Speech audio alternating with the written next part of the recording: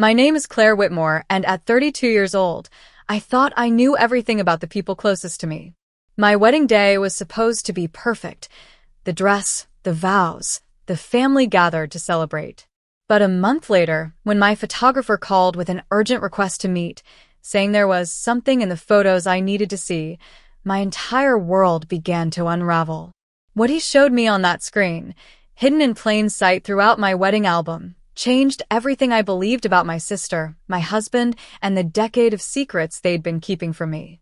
The moment I zoomed in on my sister's face in those photos, I realized that some smiles hide the darkest truths. If you're watching this right now, drop a comment and let me know where you're from. And don't forget to hit that like button and subscribe for more stories. I'm sitting in my apartment right now, staring at my wedding ring, and I can't shake this feeling that something is fundamentally wrong. It's been a month since I became Claire Whitmore. Well, technically Claire Dawson now, and I should be floating. I should be planning our first holiday together, picking out throw pillows, arguing about whose turn it is to do the dishes. Instead, I'm drowning in a silence I don't understand. Evan has been distant. Not angry, not cold exactly, just somewhere else. And Madison? My sister hasn't returned a single text since the wedding. Not one. Let me back up. I need to explain Madison to you because she's always been the sun in our family solar system. 2 years older than me, effortlessly beautiful in that way that makes strangers turn their heads on the street. Growing up, Madison was the one everyone wanted to be around, charismatic, funny, magnetic. I was the quieter one, the studious one, the one teachers liked but boys didn't notice. I never resented her for it. At least I told myself I didn't. Madison was my sister, my protector, my best friend. If she sometimes made little comments about my choices or seemed to need the spotlight a bit too much, well, that was just Madison being Madison. That's what I told myself anyway. The wedding was supposed to be perfect. Looking back now, I can see the cracks I ignored at the time, the moments I explained away because I was too happy to let reality intrude. I remember getting ready in the bridal suite, surrounded by my bridesmaids, champagne flowing, everyone gushing over my dress.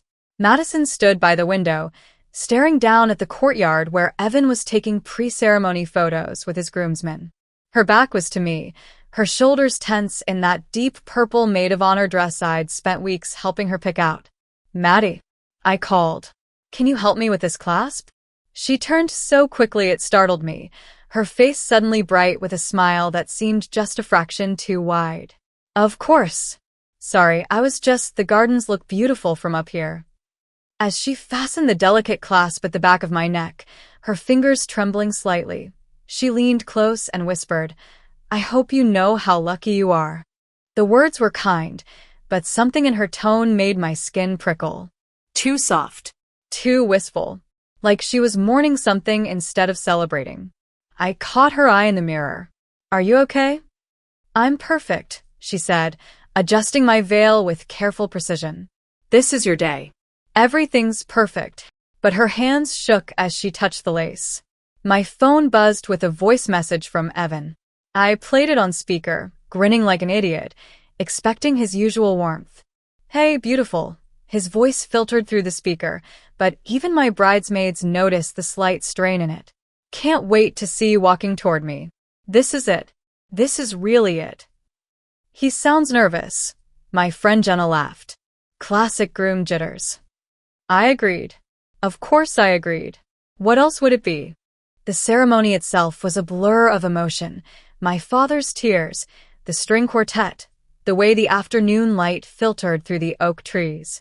I remember standing at the back of the aisle, bouquet trembling in my hands, looking at Evan's face as he waited for me at the altar. He looked handsome and terrified and perfect. Madison stood beside him at the front, her smile radiant as she watched me approach. But I noticed, even then, how often her eyes flicked to Evan instead of to me. I told myself she was checking his reaction, being a good maid of honor, making sure everything was going smoothly. The photographer, Liam, a quiet, observant man in his 40s with kind eyes, moved around us like a shadow, capturing everything. I noticed him glancing at Madison several times during the ceremony, his brow furrowed slightly, as if trying to solve a puzzle he couldn't quite articulate. During the reception, Madison insisted on dancing with Evan. Just like old times in the family, she laughed, even though she'd barely known him before we started dating 2 years ago. They'd met a handful of times at family dinners, nothing more. I watched them from my seat at the head table, champagne in hand, as Madison rested her hand on Evan's shoulder and said something that made him stiffen.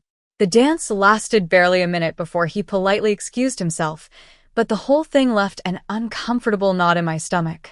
"Your sister loves you so much," Evan's mother said beside me, squeezing my hand. "You can see how happy she is for you." I wanted to believe that. God, I wanted to believe that.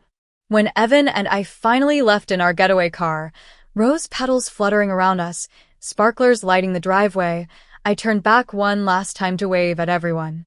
Madison stood at the front of the crowd, arms wrapped around herself, that brilliant smile plastered across her face. But her eyes looked devastated. Why would she be sad today of all days? The question lodged itself in my heart like a splinter, small but sharp, impossible to ignore. The call came on a Tuesday afternoon, exactly 1 month after the wedding. I was working from home, attempting to focus on a client presentation, when my phone rang with an unknown number. "Mrs. Dawson? This is Liam Chin. I was your wedding photographer." Ah, Liam. "I was actually going to call you soon about the album." "That's actually why I'm calling." His voice sounded strained, careful. "There's something in the photos I need to show you. It's important." My stomach dropped. "Is something wrong with the pictures?" "Not exactly wrong. Just, I think you should see them in person. Can you come by my studio?" I glanced at Evan, who was working on his laptop across the room. "Can you tell me what this is about?" "I'd rather show you." Please. "It's important." After we hung up, I told Evan about the call. His reaction surprised me.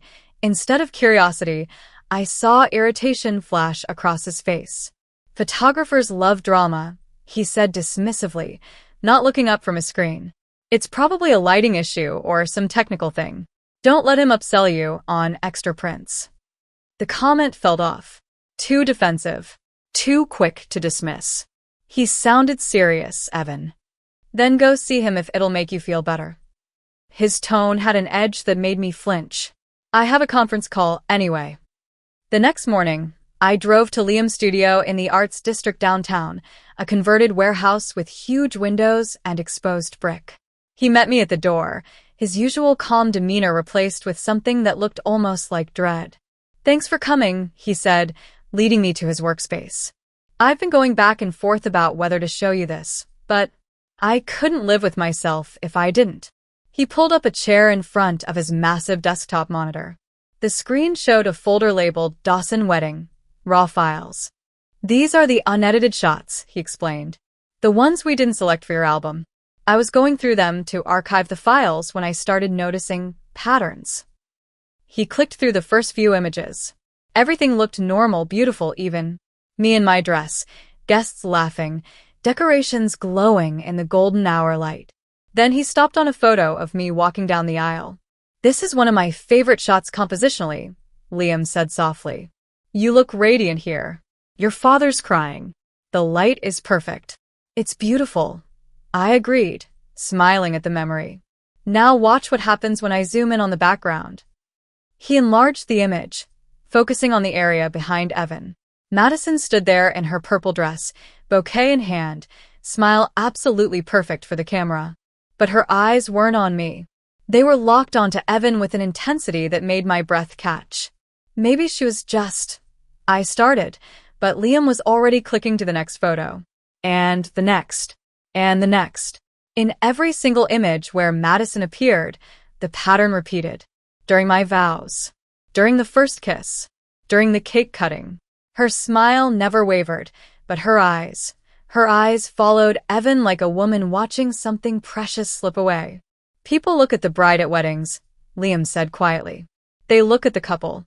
They look at the emotional moments. But Madison..." He paused, choosing his words carefully. "She only looked at your husband." The room felt too small suddenly, the walls pressing in. Images flashed through my mind. Madison adjusting Evan's tie before the ceremony, the The way she touched his arm during that dance, how she insisted on helping him with his boutonniere, even though that's typically a job for the best man. I noticed her behavior during the ceremony, Liam admitted. But I thought maybe I was reading too much into it. Weddings are emotional. People react in different ways. But when I saw all these images together, he trailed off, letting me draw my own conclusions. He clicked to one final photograph, and I felt my world tilt. It was taken during the reception, probably by Liam's assistant. Madison stood in the corner near the bar, half hidden by shadows, watching the dance floor where Evan and I swayed to our first dance song. The expression on her face was unmistakable, even in the dim light. Longing. Pure, desperate longing. I left the studio in a daze, barely remembering to thank Liam. I sat in my car for 20 minutes, hands gripping the steering wheel, trying to make sense of what I'd seen. Madison and Evan. My sister and my husband.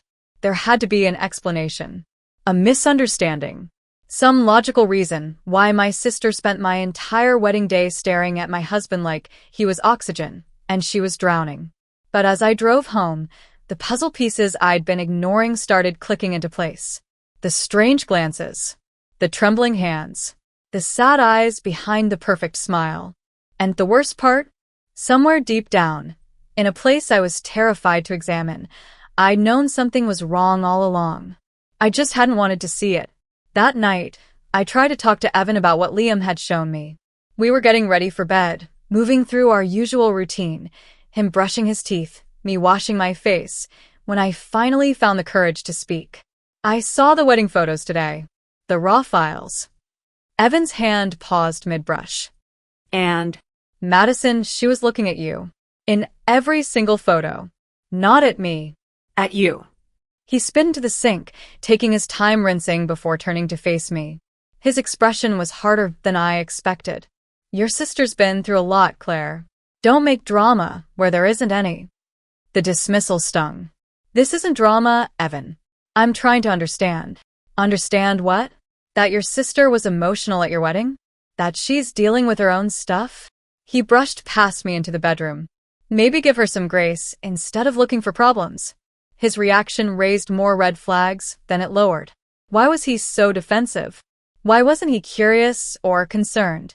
I waited until he fell asleep before pulling up the digital gallery on my laptop, hiding in the bathroom with the screen brightness turned down. Now that I knew what to look for, I saw so much more. Madison's hands trembling as she held my bouquet during the ceremony. A single tear tracking down her cheek as Evan and I cut the cake. The way her smile never quite reached her eyes in any photo where she stood near both of us. This wasn't just sisterly emotion. This was grief. 3 days later, Madison called. Her voice was too bright, too cheerful, like she was performing happiness. Hey, just wanted to check in. How's married life treating you? It's good, I said carefully. We've been settling in. How are you? Oh, you know me. Busy as always. Work is crazy. I've been meaning to call, but... How was the wedding for you? I interrupted. Honestly. A long pause. It was beautiful, Claire. Why are you asking? You seemed... I don't know. Emotional. Of course I was emotional. My baby's sister got married. She laughed, but it sounded forced. Anyway, tell me about the honeymoon. Did you guys... Madison, do you want to talk about Evan? Complete silence on the other end. Why would I want to talk about Evan? Her voice had gone flat. I just thought maybe... Look, I have to go. Meeting in 5. Love you. She hung up before I could respond. The avoidance was obvious, painful, and completely unlike the sister who used to tell me everything. 2 days after that call, Madison mentioned something about the rehearsal dinner, specifically a toast that one of Evan's college friends made. But Madison hadn't attended the rehearsal dinner. She'd texted that she had a work emergency and would see us the next day. When I pointed this out, she quickly backtracked. Oh, you must have told me about it. I got confused, but I knew I hadn't, which meant Madison had been there, watching from somewhere we couldn't see her. That same week, I noticed something strange in Evan's home office.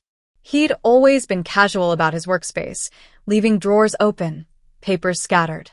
But now there was a locked drawer in his desk, one that definitely hadn't been locked before. Work documents, he explained when I asked. Client confidentiality stuff. The firm wants us to keep everything secure. Maybe it was true. But the drawer hadn't been locked before the wedding, and now suddenly it was. I was starting to feel paranoid, like I was seeing connections that might not exist. Then Liam texted me. Found something else. Security camera footage from the venue. You should see this. The image he sent showed Madison and Evan behind the reception hall, partially hidden by the building. Their body language suggested this wasn't a casual conversation. Madison's hand was on his arm, her face tilted up toward his. Evan's posture was defensive, hands shoved in his pockets, but he wasn't walking away. I showed Evan the screenshot that night after dinner. What is this? He barely glanced at it. Madison wanted to talk before the ceremony. She was nervous about her speech. This was taken during the reception, Evan. After her speech. His eyes darted away. Then it was probably just her thanking me for being patient with her. She knows she can be a lot sometimes. Look at me, I demanded. He did, but only for a second before finding something fascinating about the kitchen floor. I needed outside perspective. Someone who knew both of us before Evan entered my life. So I drove to my mother's house, a modest ranch-style home where Madison and I grew up. Mom was arranging flowers in the kitchen when I arrived. Her smile faltered when she saw my face. What's wrong, sweetheart? I need to ask you about Madison. Her hands stilled on the roses. What about her? Has she seemed okay to you? Since the wedding? Mom's shoulders tensed. Madison's fine.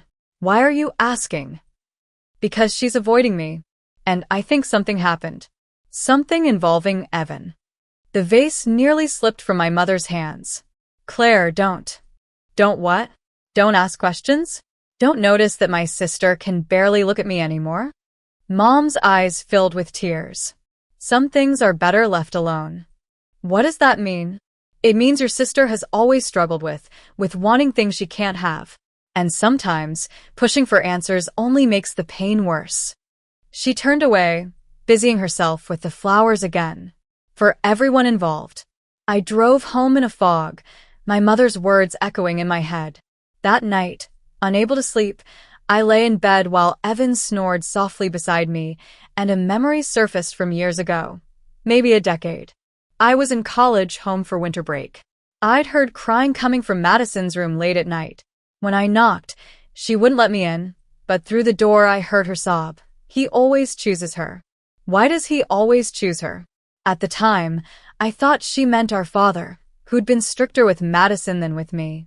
But now, with everything else swirling in my mind, I wasn't so sure. The next morning, I found myself staring at Evan across the breakfast table, really seeing him for the first time in weeks. I don't trust you anymore, I said quietly. He looked up from his coffee, face pale. Claire. And I don't trust my sister. So I'm going to find out the truth, whatever it costs me. He didn't try to stop me. He just sat there, looking guilty and small, and that told me more than any words could. Liam met me at a coffee shop the next day with his laptop bag. He looked like he hadn't slept much either. I burned everything to a drive for you, he said, sliding a small hard drive across the table. Every photo, every video clip. I kept copies too, just in case you need, I don't know, evidence? That sounds dramatic, but it's not dramatic. I wrapped my hands around the drive like it was precious. Thank you for doing this. I know it's not part of your job. The camera catches what the heart tries to hide, he said softly. I've been doing this for 15 years, and I've never seen anything quite like what I saw at your wedding. The way she looked at him. He shook his head. Just be careful, Claire. Whatever you find, it's going to hurt. That night, while Evan worked late at the office, or so he claimed, I went through every video file Liam had given me. The raw footage of Madison's maid of honor speech made my hands shake. She stood at the microphone, champagne glass raised, voice clear and steady. Claire and Evan, you're perfect for each other. Watching you together makes me believe in love. But the camera caught what the audience missed. Her voice cracked almost imperceptibly on "watching you together." Her eyes stayed locked on Evan, not me. And when she said "believe in love," a tear slipped down her cheek that she quickly wiped away. I must have watched that clip 20 times, each viewing revealing new layers of pain in my sister's performance. The next day, I went back to the venue, a historic estate with manicured gardens, and asked to speak with the staff who'd worked our wedding. The catering manager remembered me and seemed happy to help. "Beautiful event," she said warmly. "One of our favorites this season." I'm trying to track down some moments from the day. Did you notice anything unusual? Any incidents? She thought for a moment. Well, there was that moment in the kitchen. Your sister pulled your husband aside, seemed pretty upset about something. One of our waiters almost bumped into them. My heart hammered. Do you remember what time? Right before the ceremony was supposed to start. Maybe 15 minutes before? We were worried it would delay things, but they finished talking and everything went smoothly. 15 minutes before I walked down the aisle, Madison had cornered Evan. What had she said to him? When I finally managed to open Evan's locked drawer, picking the simple lock with a bobby pin in a moment of desperation, I found a small USB drive tucked in the back. My hands trembled as I plugged it into my laptop. Inside were voice memos. Short recordings, no video, just audio. A man's voice, Evan's, and a woman's voice that sounded distorted, like it had been filtered or the recording quality was poor. "You can't keep doing this," Evan's voice said in one file. The female voice replied, but it was too muffled to make out words. "It was years ago. You have to let it go." More muffled response, but I could hear the emotion in it.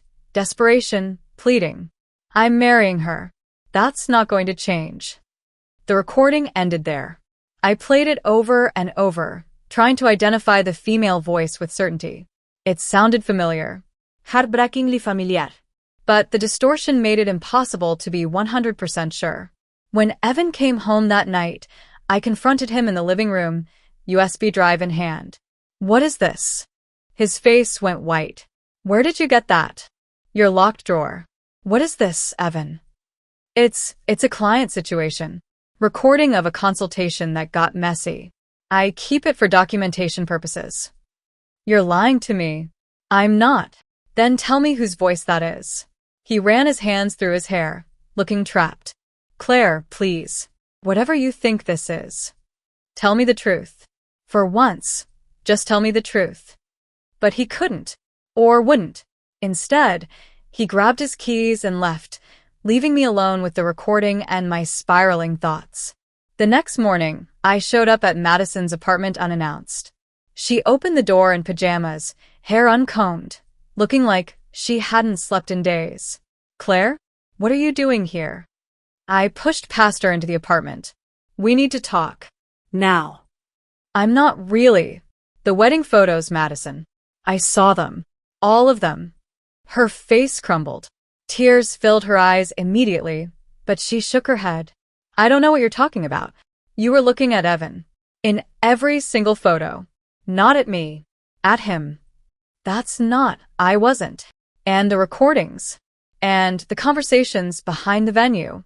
And showing up at the rehearsal dinner when you said you couldn't make it." My voice was rising, breaking. "What happened between you two?" Madison collapsed onto her couch, arms wrapped around herself. "Nothing happened. Nothing ever happened. That's the problem."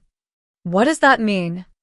But she just kept crying, refusing to explain, refusing to look at me. A neighbor knocked on the door a few minutes later, concerned by the noise. An elderly woman I recognized from previous visits. "Everything okay in here?" she asked. "We're fine," Madison said, voice thick with tears. As the neighbor left, she paused. "Oh, Madison, I forgot to tell you. That man who visited a few weeks ago? He left something by your door. I moved it inside for you." My blood went cold. "What man?" The neighbor looked confused by my intensity. "Tall fellow, brown hair.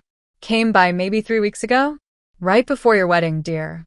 Madison's face had gone gray. "Evan," I whispered. "Evan was here?" The neighbor nodded and shuffled away, leaving Madison and me staring at each other across her living room. "He came to talk," Madison finally said. "That's all. Just to talk." About what? "About making sure I wouldn't ruin your day." Her voice was bitter. "He wanted my promise that I'd hold it together, that I wouldn't fall apart and make a scene." "Why would he think you'd do that?" Madison's laugh was hollow. "Because he knows me, Claire. He knows what I am." I left her apartment more confused than when I'd arrived. Back at home, I found a message from my mother on my voicemail, left sometime during my confrontation with Madison. "Claire, honey, I need to tell you something. I found a letter years ago. Madison wrote it but never sent it. It was about a boy, a man, someone she shouldn't have cared about. I never showed you because Madison was so fragile back then. But now I think you should know. Call me."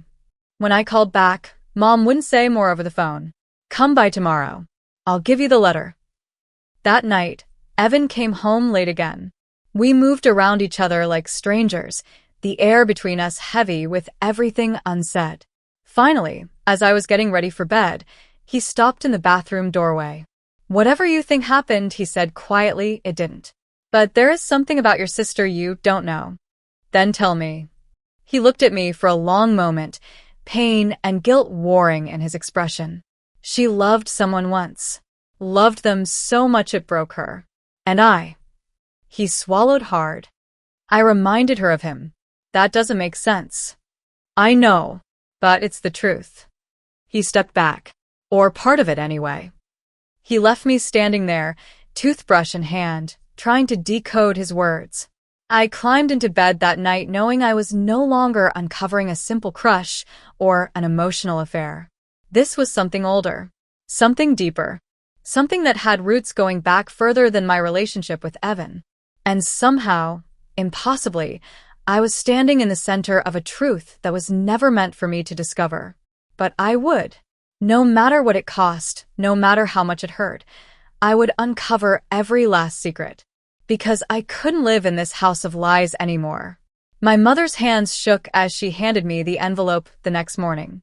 We sat in her kitchen, the same place where Madison and I had done homework, fought over the last piece of cake, planned our futures. Now it felt like a crime scene. "I found this in Madison's room about 7 years ago," Mom said, her voice barely above a whisper. She was 27 then, going through a really dark time. The envelope was worn, edges soft from handling. No address, no name, just blank paper that had held a secret for nearly a decade. Inside was a letter in Madison's handwriting, the ink smudged in places where tears had fallen. "I know you'll never read this. You made your choice clear. But I need to write it anyway, need to get these words out before they poison me completely. You said we were just friends. You said I misunderstood. But I felt what I felt. And you can't tell me it was all in my head. Those late-night conversations. The way you looked at me when you thought no one else was watching. The almost kiss that you pulled away from at the last second. You said you couldn't. That the timing was wrong. That you weren't ready for something serious. And then 6 months later, you were with her. I've tried to move on. God knows I've tried. But everywhere I go, I see your face. Every man I meet gets measured against a ghost. And I'm so tired of losing to women who are nothing special, who just happened to be in the right place when you decided you were finally ready. I'm not asking you to choose me. I'm just asking you to admit that what we had was real. That I didn't imagine it. That somewhere in that heart of yours I mattered. But you won't. Because that would mean admitting you were wrong. And you can't handle being wrong. So I'll carry this alone. Like I carry everything. The letter wasn't signed. There was no indication of who it was written to. "Mom," I whispered, my throat tight. "Who is this for?" She closed her eyes. "I don't know. She never told me. But after I found this, I noticed she'd thrown away all her photos from that summer. The summer before you started grad school. She cut people out of her life. Stopped going to certain places. It was like she was trying to erase someone." "What does this have to do with Evan?" Mom's expression was agonized. "I don't know if it does. But when you brought him home that first time, 2 years ago, Madison locked herself in the bathroom for 20 minutes. When she came out, her eyes were red, but she acted like nothing was wrong. The words hit me like a physical blow. You think she knew Evan before I met him? I think. Mom struggled. I think your sister has a pattern. She falls hard for men who don't choose her. And then she convinces herself it's everyone else's fault. The universe's, the other woman's, anyone's but her own. This time it was different. This time, he cared back. I stood up so fast my chair scraped against the linoleum. What are you saying? I'm saying Evan wasn't completely honest with you. And neither was Madison. And I don't know the whole truth, but I know it's worse than you think. I left my mother's house feeling like my entire life had been a lie. Every memory was suspect now. Every moment I thought was mine might have belonged to Madison first. At home, I pulled out old photo albums I hadn't looked at in years. College graduation. My master's degree ceremony. The party Mom threw at the house afterward. And there, in the background of a group photo, I found it. Madison and Evan standing together near the punch bowl. Close. Too close. Madison's hand on his arm, her face tilted up toward his with an expression of pure adoration. Evan looking uncomfortable, but not pulling away. This was 5 years ago.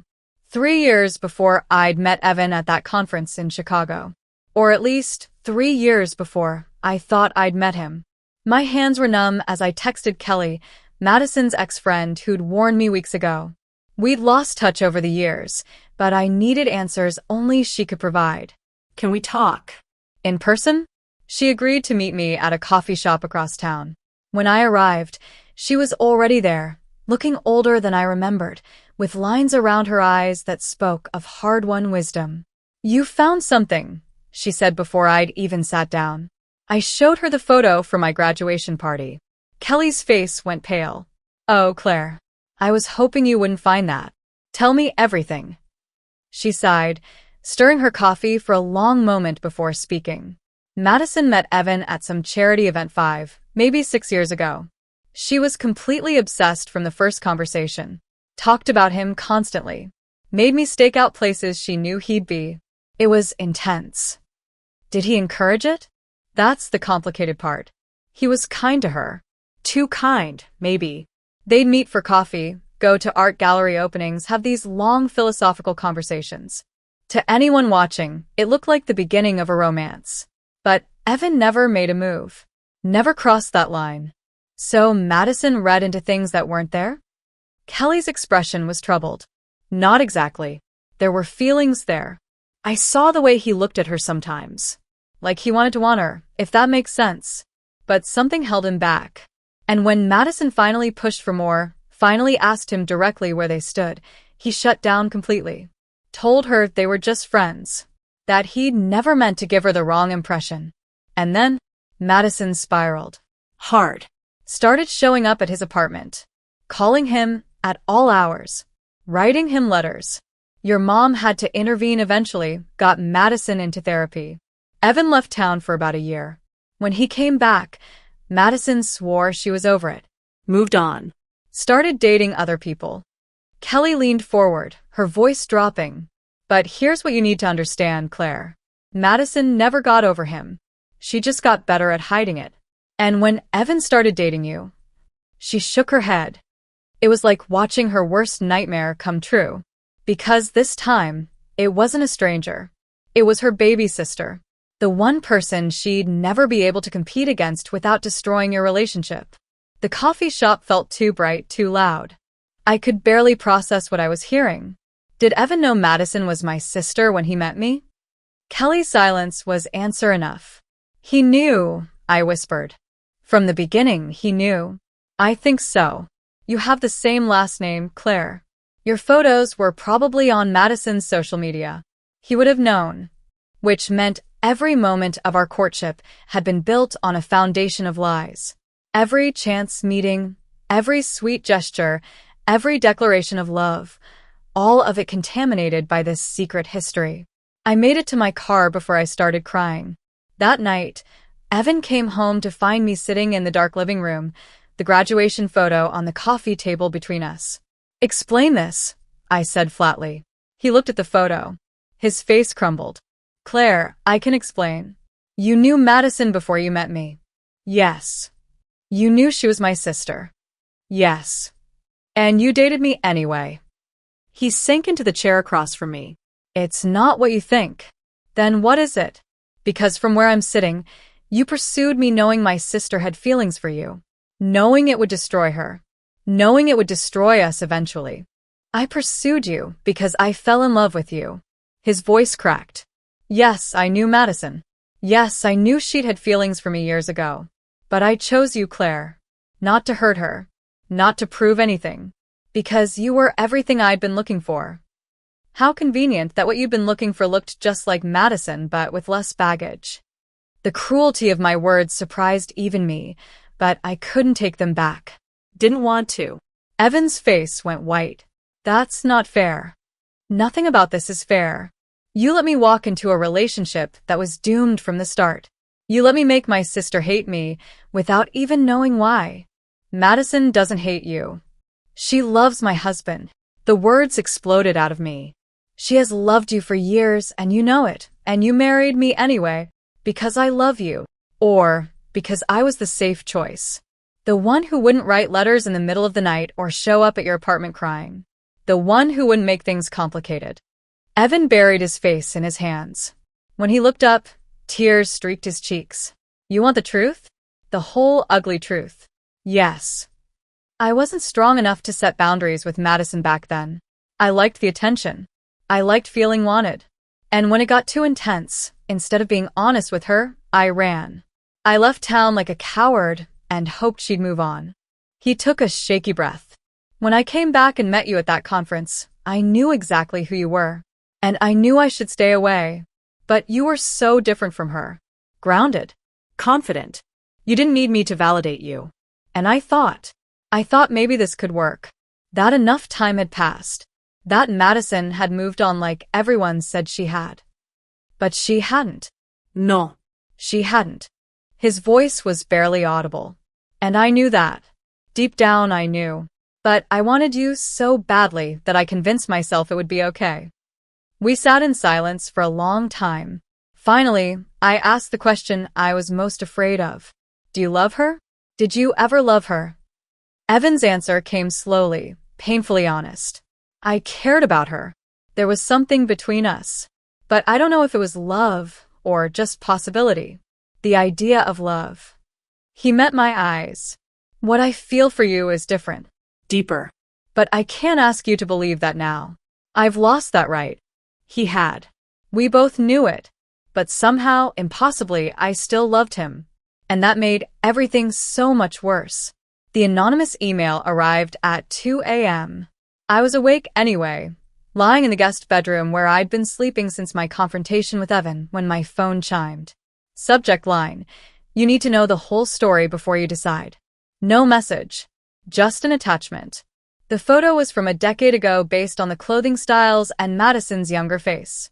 She stood at what looked like a house party, arms wrapped around a man whose face I knew as well as my own. Evan. 10 years ago. Long before my graduation party.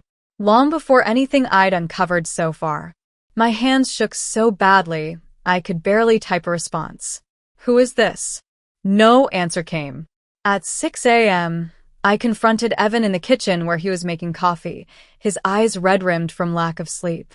10 years, I said, showing him the photo. You knew her for 10 years? The coffee mug slipped from his hands, shattering on the tile floor. He didn't even look down. Claire. Don't say my name. Don't say anything except the truth. He leaned against the counter, looking like he might collapse. We were kids. I was 22. She was 24. We met at a mutual friend's party. Talked all night. I thought. He swallowed hard. I thought maybe something could develop. We saw each other a few times after that. Coffee. Movies. Nothing physical, just talking. And then I realized she was falling too hard, too fast. She started talking about our future, about meeting her family, about introducing me to her younger sister. I panicked. Told her I wasn't ready for anything serious. She didn't take it well. The letter, I whispered. She wrote you that letter. He nodded miserably. I never responded. And when she started showing up at my place, sending me dozens of messages a day, I knew I had to get out. So I took a job in Seattle for a year. Tried to start over. But you came back. I came back. And I stayed away from her. Completely. For years, I successfully avoided any situation where I might run into her. Then I met you, and I told myself enough time had passed. That she'd moved on. That it would be okay. It was never going to be okay. My voice echoed off the kitchen walls. You had to know that. I wanted you too much to think clearly. His voice broke. I wanted what we could be more than I cared about what it might cost. My phone buzzed. A text from Liam, call me. Found something else. I called him from my car, needing space from Evan's presence. Claire, I went through all my backup files from the wedding. I record audio during the ceremony sometimes to capture ambient sound. The voicemail system accidentally recorded part of the processional. And there's a moment right before you entered. Madison is talking to herself, or maybe to Evan. I can't tell, but the camera caught it. He paused. She says, it should have been me. Crystal clear. 3 times. The world tilted. I pulled over to the side of the road, hands gripping the steering wheel. Send it to me. The audio file came through a minute later. I played it with my phone pressed to my ear, blocking out the traffic noise. Madison's voice, barely a whisper. It should have been me. It should have been me. It should have been me. Not angry, not bitter, just devastated. Broken, like a woman watching her last hope die. I drove to my mother's house. She was in the garden, pulling weeds, and looked up with such sadness when she saw my face. You found out about the party, didn't you? The one 10 years ago. I nodded, too numb to be surprised she knew. Mom sat heavily on the garden bench. Madison brought him to a family barbecue once. Just once. She introduced him as a friend, but the way she looked at him, I knew. And when he left early, she cried for 3 hours. She wiped her eyes. After that, she never mentioned him again. But she'd go quiet whenever weddings came up. Or love. Or the future. Like something had died inside her. Why didn't you tell me? When I brought Evan home, why didn't you say something? Because I didn't recognize him at first. He looks different now, filled out, more mature. And it had been so many years. By the time I realized, you were already in love. What was I supposed to do? Destroy your happiness because of your sister's old heartbreak? Yes. The word came out sharper than I intended. Yes, you should have told me. Maybe you're right. Mom's voice was small. But I kept hoping Madison had moved on. That she could be happy for you. That love could conquer the past. She looked at me with ancient eyes. I was wrong. Kelly called me that afternoon with another piece of the puzzle. I talked to some old friends. People who knew both Evan and Madison back then. She hesitated. Claire, it wasn't entirely one-sided. Evan had feelings too. Real ones. But something scared him off. Something about the intensity of it all. He told a mutual friend that being with Madison felt like drowning in need. So he chose someone less intense, I said bitterly. Me. I don't think it's that simple. I think he chose someone who made him feel safe. Someone who had her own life and didn't need him to complete her. Kelly's voice softened. That's not an insult, Claire. That's maturity. Madison never learned how to exist without being consumed by whoever she loved. Evan recognized that and ran. With you, he didn't have to run. But the words felt hollow. Because how could I trust that what he felt for me was real when everything it was built on was a lie? That night, I went to Madison's apartment one more time. She opened the door looking like she'd aged 10 years in the past month, hollow-eyed, pale, fragile. I know everything, I said. The party 10 years ago, the coffee dates, the letters, all of it. Madison didn't cry. She just nodded slowly and stepped aside to let me in. We sat across from each other in her small living room, sisters who'd become strangers. Did you love him? I asked. Really love him? I loved what he represented. Her voice was quiet, careful. The possibility of being chosen. of being enough. I'd spent my whole life being almost enough, almost pretty enough, almost smart enough, almost interesting enough. With Evan, for those few weeks, I felt like maybe I was exactly enough. But he didn't choose you. No. He chose safety. He chose easy. And then he chose you, and I realized I'd been competing against my own sister without even knowing it. She finally looked at me. Do you know what that feels like? To lose twice to the same person. I'm not the enemy here, Madison. I know. But my brain doesn't care. Every time I see you two together, it's like the universe is rubbing it in my face. See? Even your baby sister is more lovable than you. That's not true, isn't it? Her laugh was bitter. You're the one with the marriage. The happy ending. The man I thought was my destiny. While I'm here, 34 and alone, still trying to figure out why I'm never enough. The pain in her voice nearly broke me. But I couldn't comfort her. Couldn't tell her it would be okay. Because I didn't know if it would be. I can't have you in my life right now, I said finally. Not until you deal with this. Really deal with it. I know. She wiped her eyes. I'm sorry, Claire. For all of it. I never meant to ruin your marriage. I just couldn't figure out how to be happy for you. I left her apartment knowing our relationship would never be the same. Maybe we could rebuild it eventually.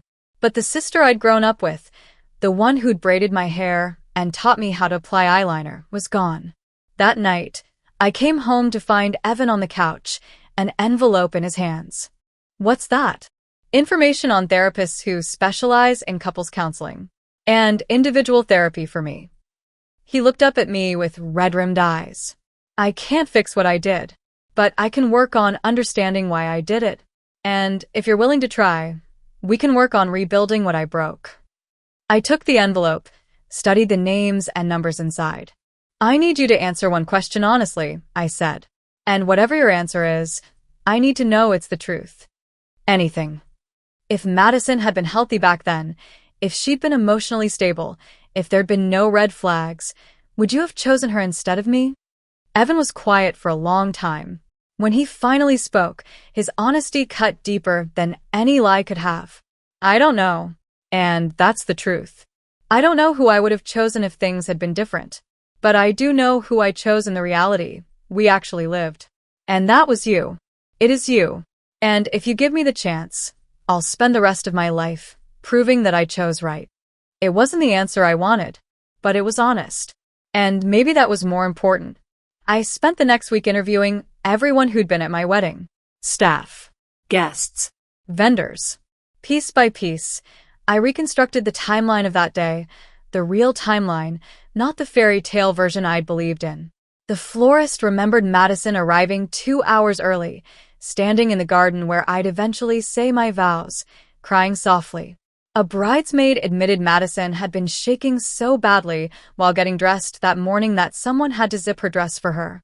The bartender recalled Madison ordering a double whiskey at 10 a.m. before the ceremony and downing it in one gulp. But the most revealing conversation came from a member of the catering staff, a young woman named Rosa who'd worked in the kitchen. Your sister came back there about 10 minutes before the ceremony was supposed to start, Rosa told me over the phone. She was looking for your husband. Found him near the prep area, where we were plating appetizers. What did she say? I couldn't hear all of it. Kitchen was pretty loud. But I heard her say something like, say the word, and I'll stop this wedding myself. Your husband looked shocked. He said something back, I think it was stop. This was years ago. You need to let Claire be happy. Or something like that. My breath caught. How did Madison react? She just stood there for a second, like she'd been slapped. Then she walked out. I saw her in the hallway afterward, and she was crying. Not like happy tears. Like her heart was breaking. I thanked Rosa and ended the call, my mind reeling. Madison had given Evan one final chance to choose her, right before he married me. And he'd said no. How had she walked down that aisle after that? How had she smiled and held my bouquet and given that toast? I called my hairstylist, who'd done both Madison's and my hair that morning. Was Madison acting strange before the ceremony? Strange? I mean, she seemed emotional, but I figured that was normal. Sisters getting married and all that. She paused. Although, now that you mention it, she disappeared for about 15 minutes right before it was time to head to the ceremony site. We were looking everywhere for her. When she came back, her eyes were red, but she'd fixed her makeup. 15 minutes. The timeline matched Rose's account. Madison had confronted Evan, been rejected, hidden somewhere to cry, then pulled herself together enough to be my maid of honor. The emotional strength that must have taken was staggering. I met with Liam again, and together we went through every frame, every video clip, building a minute-by-minute account of Madison's movements that day. During the ceremony itself, she'd stood perfectly still, bouquet held at exactly the right height, smile never wavering. But Liam had captured micro-expressions that told a different story, a tightness around her eyes, the way she kept swallowing like she was forcing down emotion, how her hands trembled every time the breeze moved her dress. "Look at this moment," Liam said, pausing on a frame from right before I entered. "She's looking down at the bouquet. See her lips moving?" I leaned closer. Madison was whispering something, her lips forming words so quietly no one standing next to her would have heard. Liam had already run the footage through a lip-reading program. The words were, "I'm not ready yet. Not ready to watch me marry the man she loved. Not ready to let go. Not ready to accept that this was really happening." But she'd done it anyway. The reception footage revealed more. In between smiling and toasting and laughing with guests, there were stolen moments where Madison's facade cracked. The DJ, when I called him, remembered her song request. She wanted me to play "The Night We Met" by Lord Huron for the first dance. Got really insistent about it. But you'd already chosen your song, so I had to tell her no. She looked crushed. I looked up the song later. The lyrics destroyed me. "I don't know what I'm supposed to do / haunted by the ghost of you."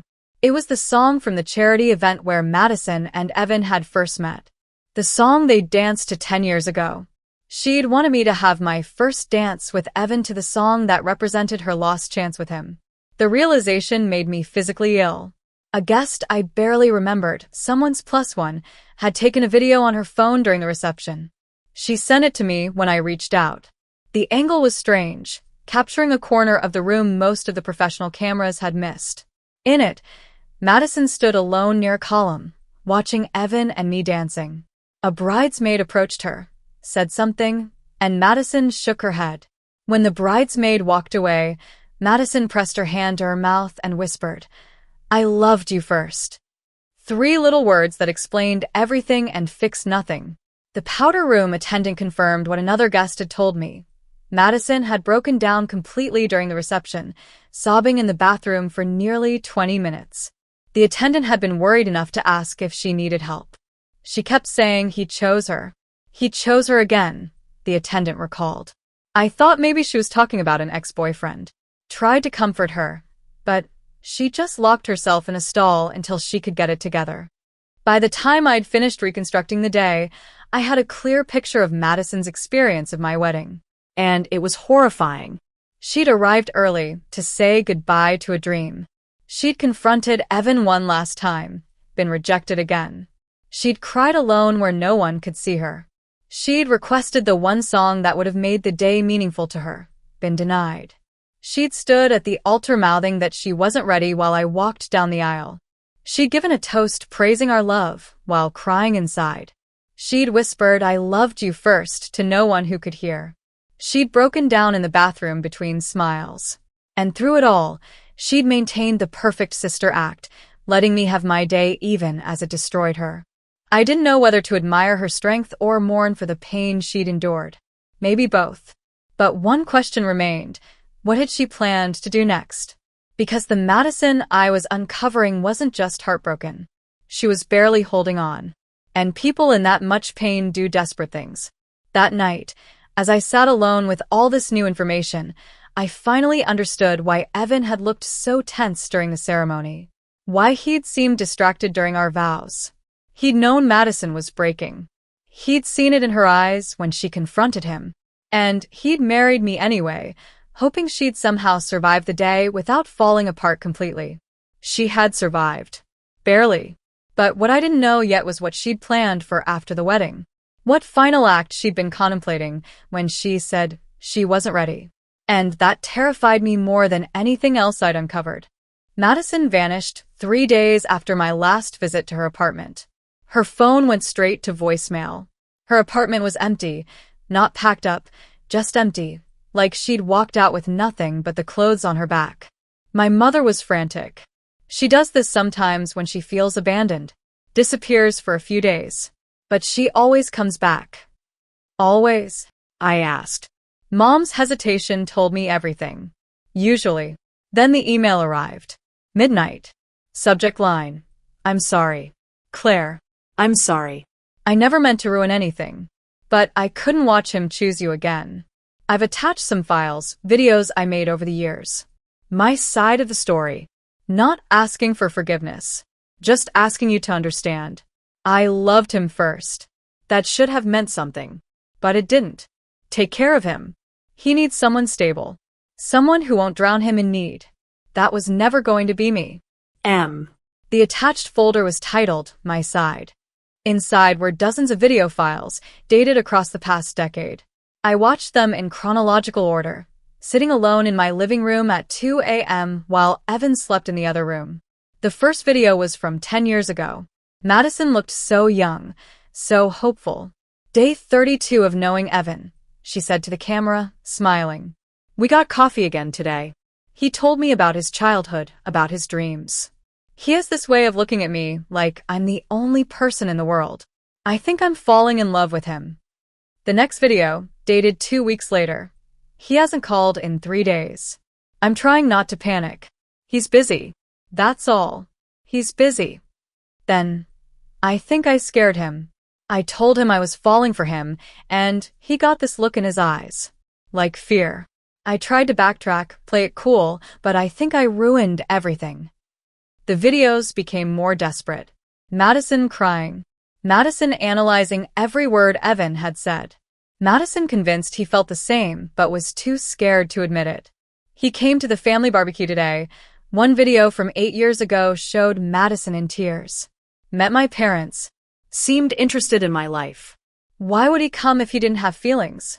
Why would he keep seeing me? The final video from that era. He's gone. Left the city. Won't answer my calls. I don't understand. We were supposed to be something.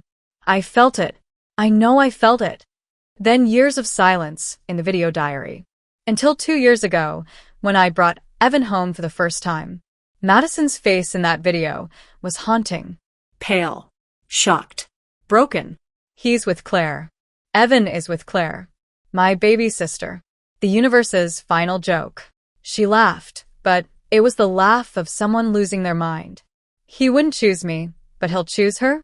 What does she have that I don't? Besides everything. Besides the ability to exist without needing to be saved. More videos followed. Madison documenting her spiral as Evan and I got more serious. They're moving in together. He looks at her the way I wanted him to look at me. Like she's home. She called to tell me they're engaged. I had to pretend to be happy. Had to scream and cry like it was good news. Then I hung up and threw my phone at the wall. The wedding is in 3 months. I can't do this. I can't watch this. But if I don't go, everyone will know something's wrong. So I'll go. I'll smile. I'll be the perfect sister. And I'll die a little inside. The most recent videos were from the week before the wedding. I'm going to tell him. One last time. I'm going to give him the chance to choose me. To stop this before it's too late. Maybe he'll realize he made a mistake. Maybe he'll see that what we had was real. Then, the day after the wedding, Madison sat in front of the camera looking hollow. I asked him, right before the ceremony. I said, say the word, and I'll stop this wedding myself. Do you know what he said? You need to let Claire be happy. Not, I don't love you. Not, we were never going to work. Just let Claire be happy. She wiped her eyes. I stood at that altar and watched my sister marry the man I've loved for a decade. Held her bouquet and thought about how it should have been mine. Gave a toast about their perfect love while dying inside. And you know what the worst part is? She deserves him. She deserves happiness. And I hate her for it. I hate her so much for being everything I'm not. Madison's face crumbled. But I love her too. Because she's my sister. And that's the thing that's killing me. I can't hate her properly. I can't even have that. The final video was time-stamped the morning she disappeared. I'm leaving. I don't know where. Somewhere I can't hurt them anymore. Somewhere I can figure out how to be a person who doesn't fall apart over men who don't want me. She took a shaky breath. I thought about doing something terrible. Telling Claire lies. Trying to break them up. Making them as miserable as I am. But I can't. Because as much as I hate this, as much as it's destroying me, I can't destroy them. She stared directly into the camera. Claire, if you're watching this, know that I'm sorry. Sorry for loving him. Sorry for not being able to let go. Sorry for making your wedding day about my pain. You didn't steal him from me. He was never mine to steal. I just couldn't accept that. The video ended. I sat in the darkness for a long time, crying for my sister, for myself, for the mess we'd all made of love and loyalty and truth. Evan found me there at dawn, my laptop still playing static from the finished video files. She's gone, I told him. Madison's gone. He read the email, his face draining of color. We have to find her. Why? So you can reject her again? So I can remind her that she lost?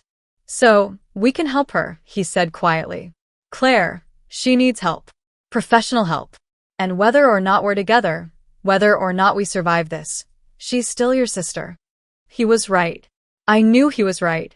It took 3 days, but Liam found her.